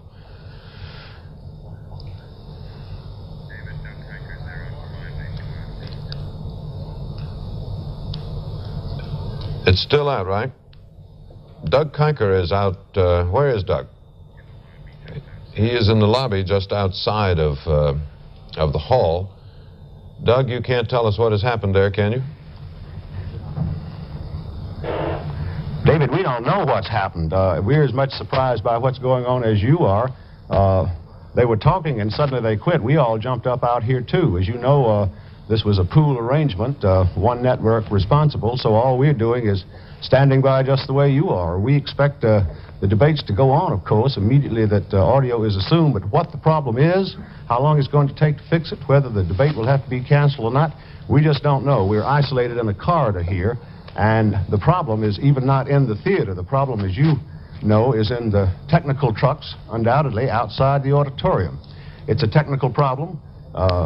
It's as someone says, it is not a conspiracy, but how long it's going to take to fix it, we just don't know. You don't have a screwdriver and a pair of pliers on you, Doug, do you? I do not, David, no. All right. Well, we've seen, if I can make a few comments while we're waiting, we have seen a very lively debate, it seems to me, so far. It seems to me that both candidates pretty much are saying the same thing that they have been saying in the early parts of these campaigns, making pretty much the same charges, but very tougher, sometimes even rough tonight. Both heavy on their facts to back up their arguments, as we knew Governor Carter intended to come here to convince the American public that he really did know the facts and had the knowledge. President Ford, of course, is fact-filled from the knowledge of his office. President Ford has strongly defended his economic policies in these debates tonight. He has pointed to the fact that the improved economy is proof of their wisdom. He did this very forcefully. Mr. Carter came back, disputed this, and in one of the tough segments charged that President Ford is insensitive to the plight of the unemployed. Now, excuse me, do we have audio back now? Play again. Bill, can you turn the sound up? We still do not have audio back. Both candidates are waiting. They have been told that they're on the air with a picture, but they are off the air with their voices. To go on, tax reform, President Ford announced tonight that he will sign that new tax bill, all 1,500 pages of it, even though he said he was dissatisfied with some provisions that were in it. Mr. Carter called the present tax structure a welfare program for the rich. And Mr. Carter also talked, and so did President Ford, about the new federal social programs. Mr. Carter said that he would install the federal programs that he had promised, but that should it come down to it, a choice between those programs being innovated or balancing the budget, that he would choose in favor of balancing the budget. President Ford said any surplus from the federal spending should go directly right back to tax relief. Both men outlined at great lengths their plans to curb unemployment. Mr. Carter said that he believed his programs could bring unemployment down to 3% within a few years. Mr. Ford got into the Democratic platform. He said that if all of the proposals in the Democratic platform were adopted, it would create 60 new programs, which he said would cost $100 to $200 billion more. And Mr. Carter immediately rejoined by saying that Richard Nixon said the same thing about the programs proposed by the Democrats 16 years ago when John F. Kennedy was the nominee. The two men discussed draft evaders and what the programs there should be. Mr. Ford said that he does not believe in any cross-the-board pardons. He said he believed that the amnesty program which he put forth was adequate and that he would not change it. And Mr. Carter said that he still would grant pardon, and he insisted that there is a difference between pardon and amnesty. The two men talked about government reorganization at some length. And Jimmy Carter, as he has so often done this whole election year, promised forcefully that he would completely reorganize the federal government if he's elected and waste no time about it. President Ford then countered that by saying that he has looked into the facts and figures of Governor Carter's record as governor of Georgia, and that the fact is that Governor Carter increased the Georgia budget and also increased the number of state employees while he was there. He also said that the present governor of Georgia, Governor Busby, found that the Medicaid program in Georgia was, in Governor Busby's words, a shamble.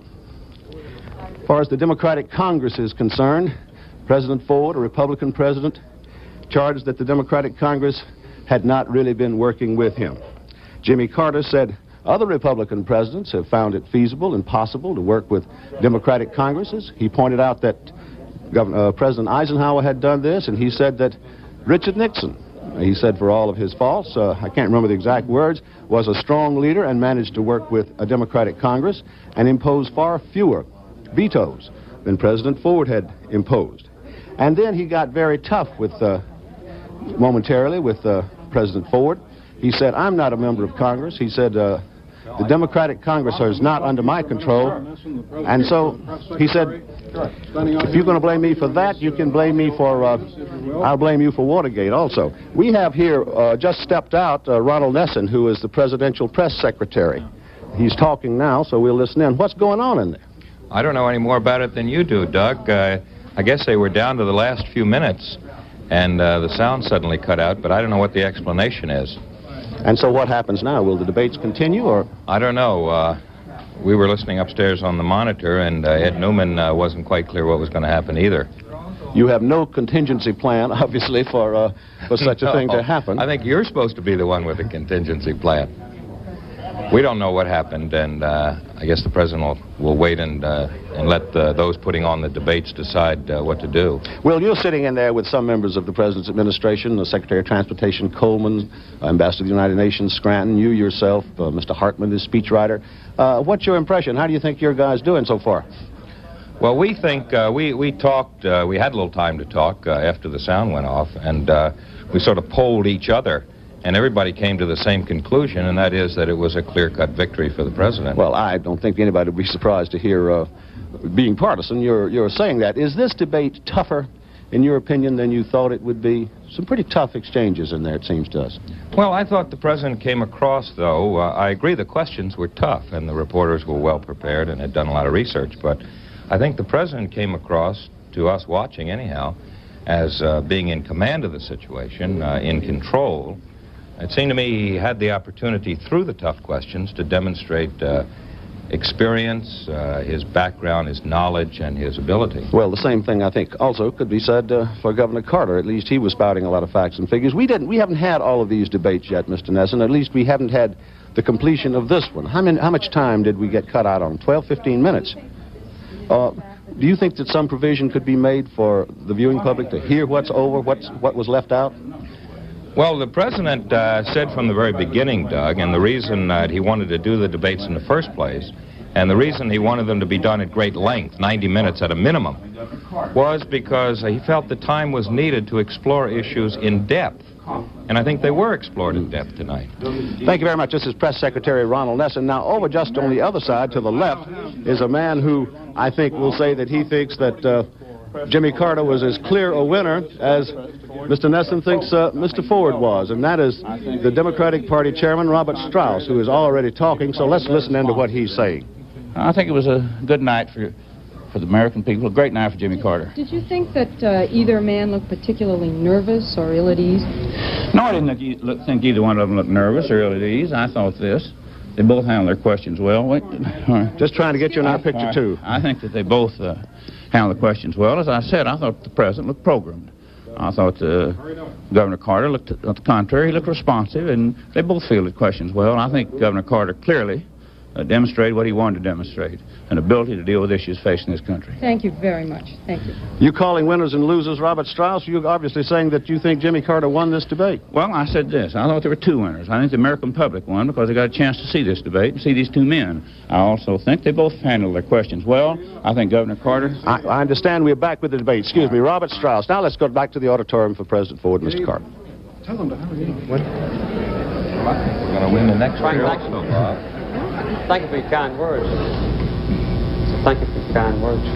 I think I've got an anti-NBC piece. For watching.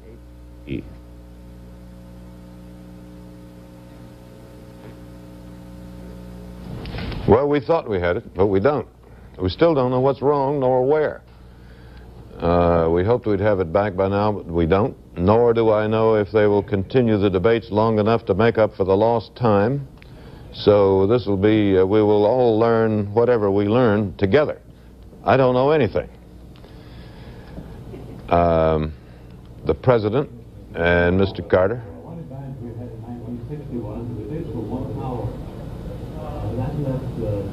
President, Mr. Carter, are waiting while whatever is wrong, wherever it is not in our audio, as you have heard from Doug Kiker just outside the theater. It's in the sound coming from the rostrum there. And we don't know what the problem is, but they're waiting. What you can hear now is Ed Newman talking to a producer and they're discussing the mechanics of what do you do with a 90-minute debate that's interrupted at the 82-minute point when you go back on. We're getting a lot of miscellaneous conversation from various places in the hall, but not the conversation we went there to listen to, which was the President and Mr. Carter, of course.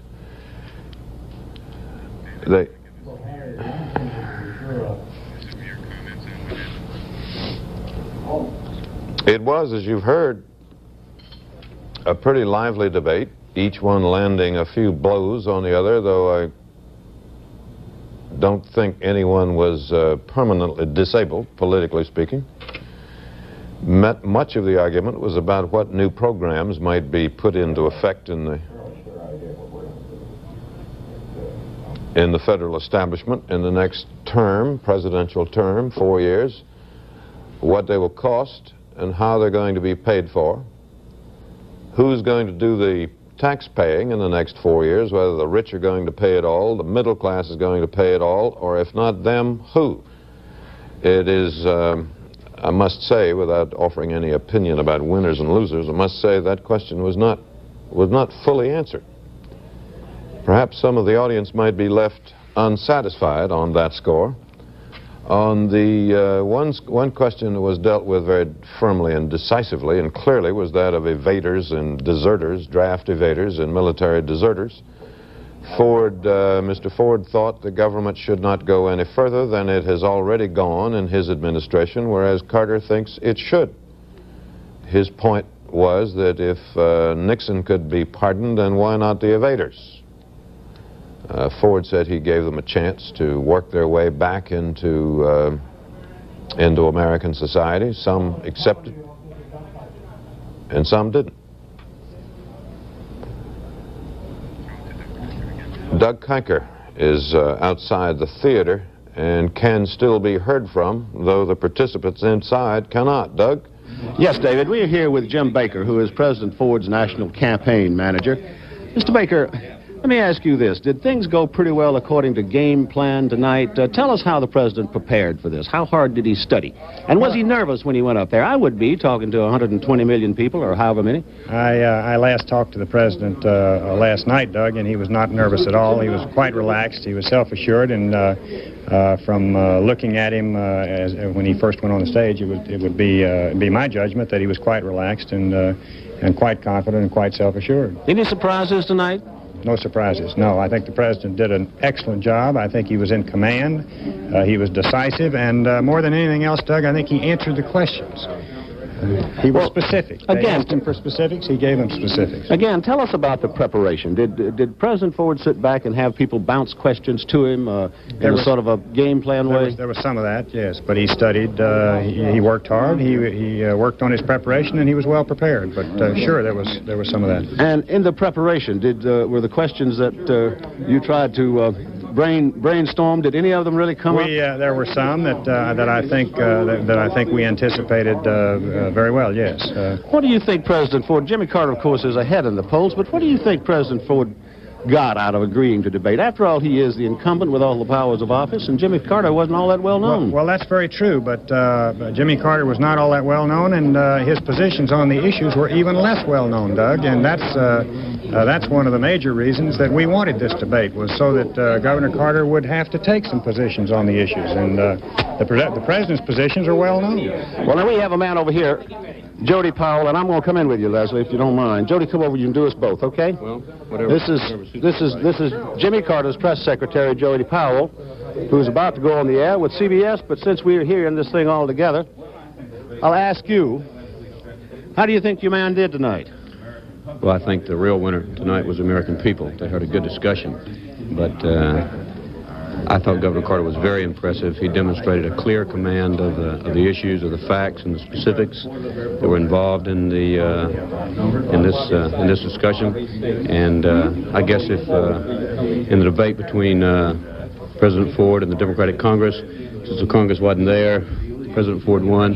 In the debate between the two presidential contenders, there's no doubt in my mind that there was a clear advantage all the way through in terms of dealing directly with the issues in question. He was pretty tough on President Ford. He said that President Ford was insensitive to the problems of the unemployed. He said that if President Ford was going to blame him for the Democratic Congress, that he ought to be blamed for being part of the Watergate. Did you I believe you anticipate misquoted him there, as that sometimes happens.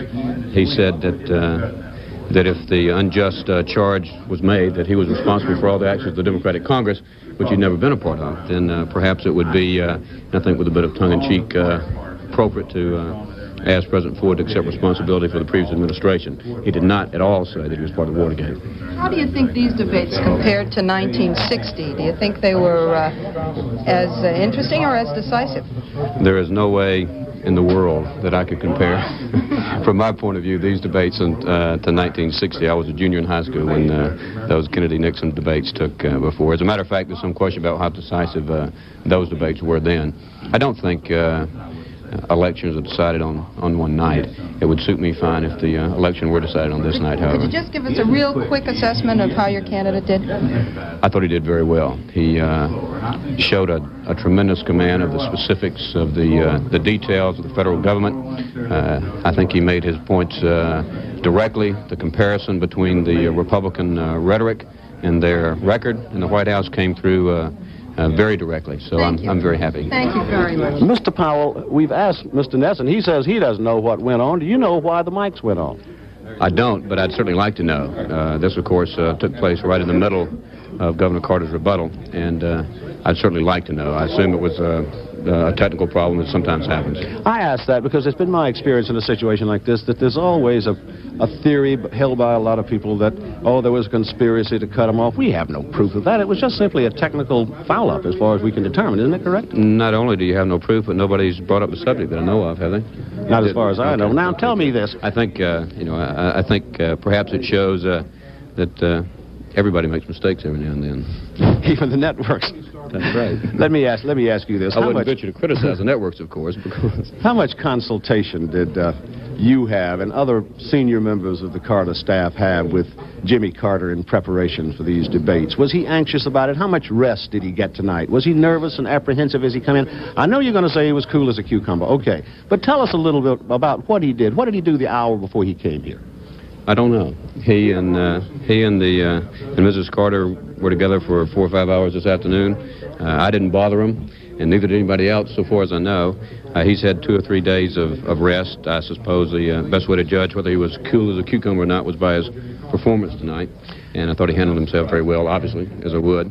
And he's primarily had time to himself. We haven't engaged in rehearsals, and we haven't done a lot of fancy gimmicks. We've given him time to do as he wished, primarily to study, to read, to reflect, and to think. And I think that paid off this evening. Mr. Powell, a lot has been written in this last 4 or 5 days that Jimmy Carter's campaign is losing steam. The Playboy article, the Illinois poll, which shows Gerald Ford running ahead, a general feeling among the press that's covering Jimmy Carter that his campaign may be losing a little steam. Well, fortunately for most campaigns, the election is held amongst American people, not on the day-to-day opinions of the, whatever they are, of the press that happens to be covering the campaign. We have run a very active and aggressive campaign. Governor Carter has submitted himself to cross-examinations 4 and 5 times a day for the past 18 months. In those circumstances, there's no way that you can shield yourself from an ill-chosen word here or there. We think that in the long run, the American people would rather have a candidate and a president who goes out and meets them and takes the hard knocks and the tough questions and answers them as responsibly and directly as he can, even though he might make a mistake every now and then. So, thank you very much. That's Jody Powell, who is the press secretary for Governor Carter. And now I think back to David Brinkley. I gather the debate is over. Is that right? The the League of Women Voters has decided not to go ahead with any more of the debate. It's now 11:15 in the East. It was scheduled to end 15 minutes ago. It actually ended almost a half hour ago because of some sound failure inside the hall. We do not know at the moment what happened nor why nor exactly where. As I have said, our sound from the lobby of the theater and the outside of the theater has been normal and still is. The problem is somewhere inside the hall, on or around the podium. That's all we know, which is not a great deal. So again, the debate is over, and that's it. We have had some discussion of it. We've heard from some prominent Democrats and some prominent Republicans, each of whom thought his side won and gave his reasons why. Our plan is to return to the air in about a half hour for a somewhat more extensive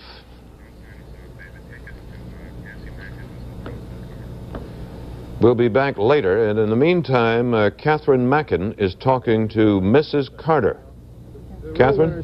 Mrs. Carter, we were just wondering, everybody's been following this sudden breakup in the debate, and do you think this will have any effect at all on what's going on, or do you think your husband will just ride with the waves here? Well, I certainly think that if we could have done anything about it, we would have kept it going, because Jimmy was just doing so great. Do you have any idea? I think if they come back on, he'll get a chance to... Do you have any idea at all what he was going to say in his summation? No, I don't. I read it. I just glanced at it briefly. I've been campaigning all day. I've been in Texas all day and got in late.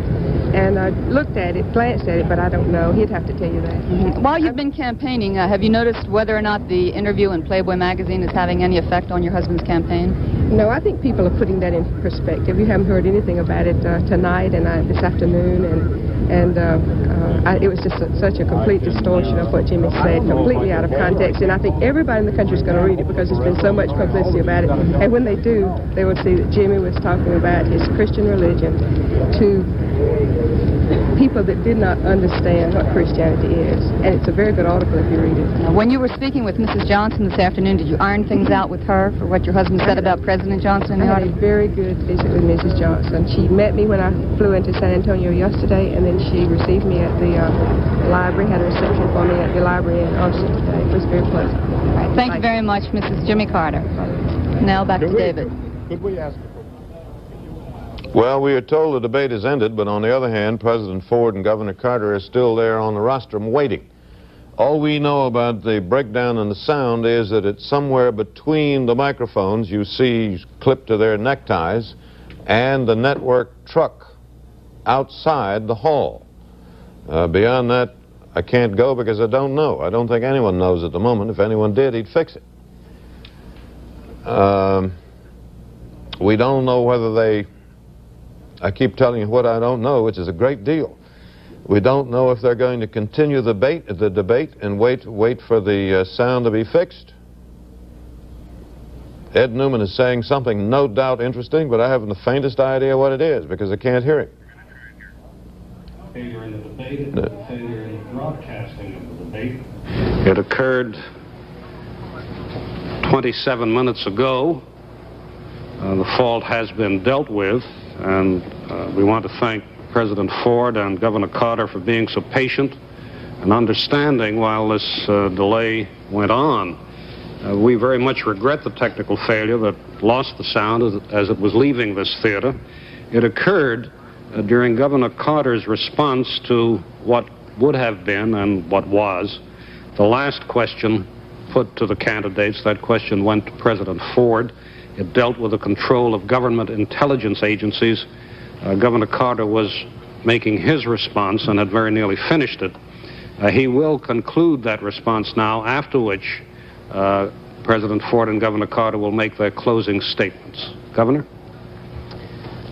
There has been too much government secrecy and not enough respect for the personal privacy of American citizens. It is now time for the closing statements, which are to be up to 4 minutes long. Governor Carter, by the same toss of the coin that directed the first question to you, you are to go first now. Well, tonight we've had a chance to talk a lot about the past, but I think it's time to talk about the future. Our nation in the last 8 years has been divided as never before.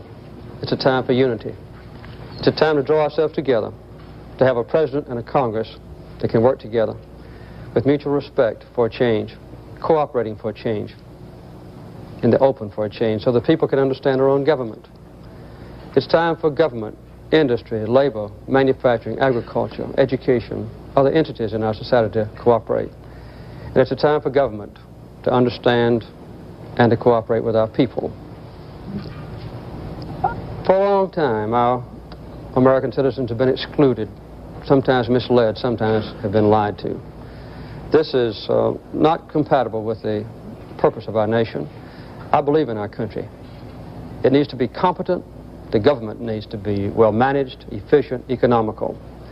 We need to have a government that's sensitive to our people's needs, to those who are poor, who don't have adequate health care, who have been cheated too long with our tax programs, who've been out of jobs, whose families have been torn apart. And we need to restore the faith and the trust of the American people in their own government. In addition to that, we've suffered because we haven't had leadership in this administration. We've got a government of stalemate. And we've lost a vision of what our country can and ought to be. This is not the America that we've known in the past. It's not the America that we have to have in the future. I don't claim to know all the answers, but I've got confidence in my country. Our economic strength is still there. Our system of government, in spite of Vietnam, Cambodia, CIA, Watergate, is still the best system of government on earth. And the greatest resource of all are the 215 million Americans who still have within us the strength, the character, the intelligence, the experience, the patriotism, the idealism, the compassion, the sense of brotherhood on which we can rely in the future to restore the greatness to our country. We ought not to be excluded from our government anymore. We need a president who can go in, who derives his strength from the people. I owe the special interest nothing. I owe everything to you, the people of this country. And I believe that we can bind our wounds. I believe that we can work together. And I believe that if we can tap the tremendous, untapped reservoir of innate strength in this country, that we can once again have a government as good as our people. And let the world know what we still know and hope for, that we still live in the greatest and the strongest and the best country on earth. President Ford.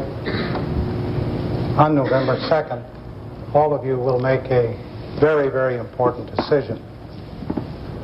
One of the major issues in this campaign is trust. A president should never promise more than he can deliver, and a president should always deliver everything that he's promised. A president can't be all things to all people. A president should be the same thing to all people. Another issue in this campaign, Governor Carter has endorsed the Democratic platform, which calls for more spending, bigger deficits, more inflation, or more taxes. Governor Carter has embraced the record of the present Congress, dominated by his political party. It calls for more of the same. Governor Carter, in his acceptance speech, called for more and more programs, which means more and more government. I think the real issue in this campaign, and that what you must decide on November 2nd, is whether you should vote for his promises or my performance in 2 years in the White House. On the 4th of July, we had a wonderful 200th birthday for our great country. It was a superb occasion. It was a glorious day. In the first century of our nation's history, our forefathers gave us the finest form of government in the history of mankind. In the second century of our nation's history, our forefathers developed the most productive industrial nation in the history of the globe. Our third century should be the century of individual freedom for all our 215 million Americans today and all that join us. In the last few years, government has gotten bigger and bigger. Industry has gotten larger and larger. Labor unions have gotten bigger and bigger. And our children have been the victims of mass education. We must make this next century the century of the individual. We should never forget that a government big enough to give us everything we want is a government big enough to take from us everything we have. The individual worker in the plants throughout the United States should not be a small cog in a big machine. The member of a labor union must have his rights strengthened and broadened, and our children in their education should have an opportunity to improve themselves based on their talents and their abilities. My mother and father, during the Depression, worked very hard to give me an opportunity to do better in our great country. Your mothers and fathers did the same thing for you and others. Betty and I have worked very hard to give our children a brighter future in the United States, our beloved country. You and others in this great country have worked hard and done a great deal to give your children and your grandchildren the blessings of a better America. I believe we can all work together to make the individuals in the future have more, and all of us working together can build a better America. Thank you, President Ford. Thank you, Governor Carter. Our thanks also to the questioners and to the audience in this theater. We much regret the technical failure that caused a 28-minute delay in the broadcast of the debate. We believe, however, that everyone will agree that it did not detract from the effectiveness of the debate or from its fairness. The next presidential debate is to take place on Wednesday, October 6th in San Francisco at 9:30 p.m. Eastern Daylight Time. The topics are to be foreign and defense issues. As with all three debates between the presidential candidates and the one between the vice presidential candidates, it is being arranged by the League of Women Voters Education Fund in the hope of promoting a wider and better informed participation by the American people in the election in November. Now, from the Walnut Street Theater in Philadelphia, good night.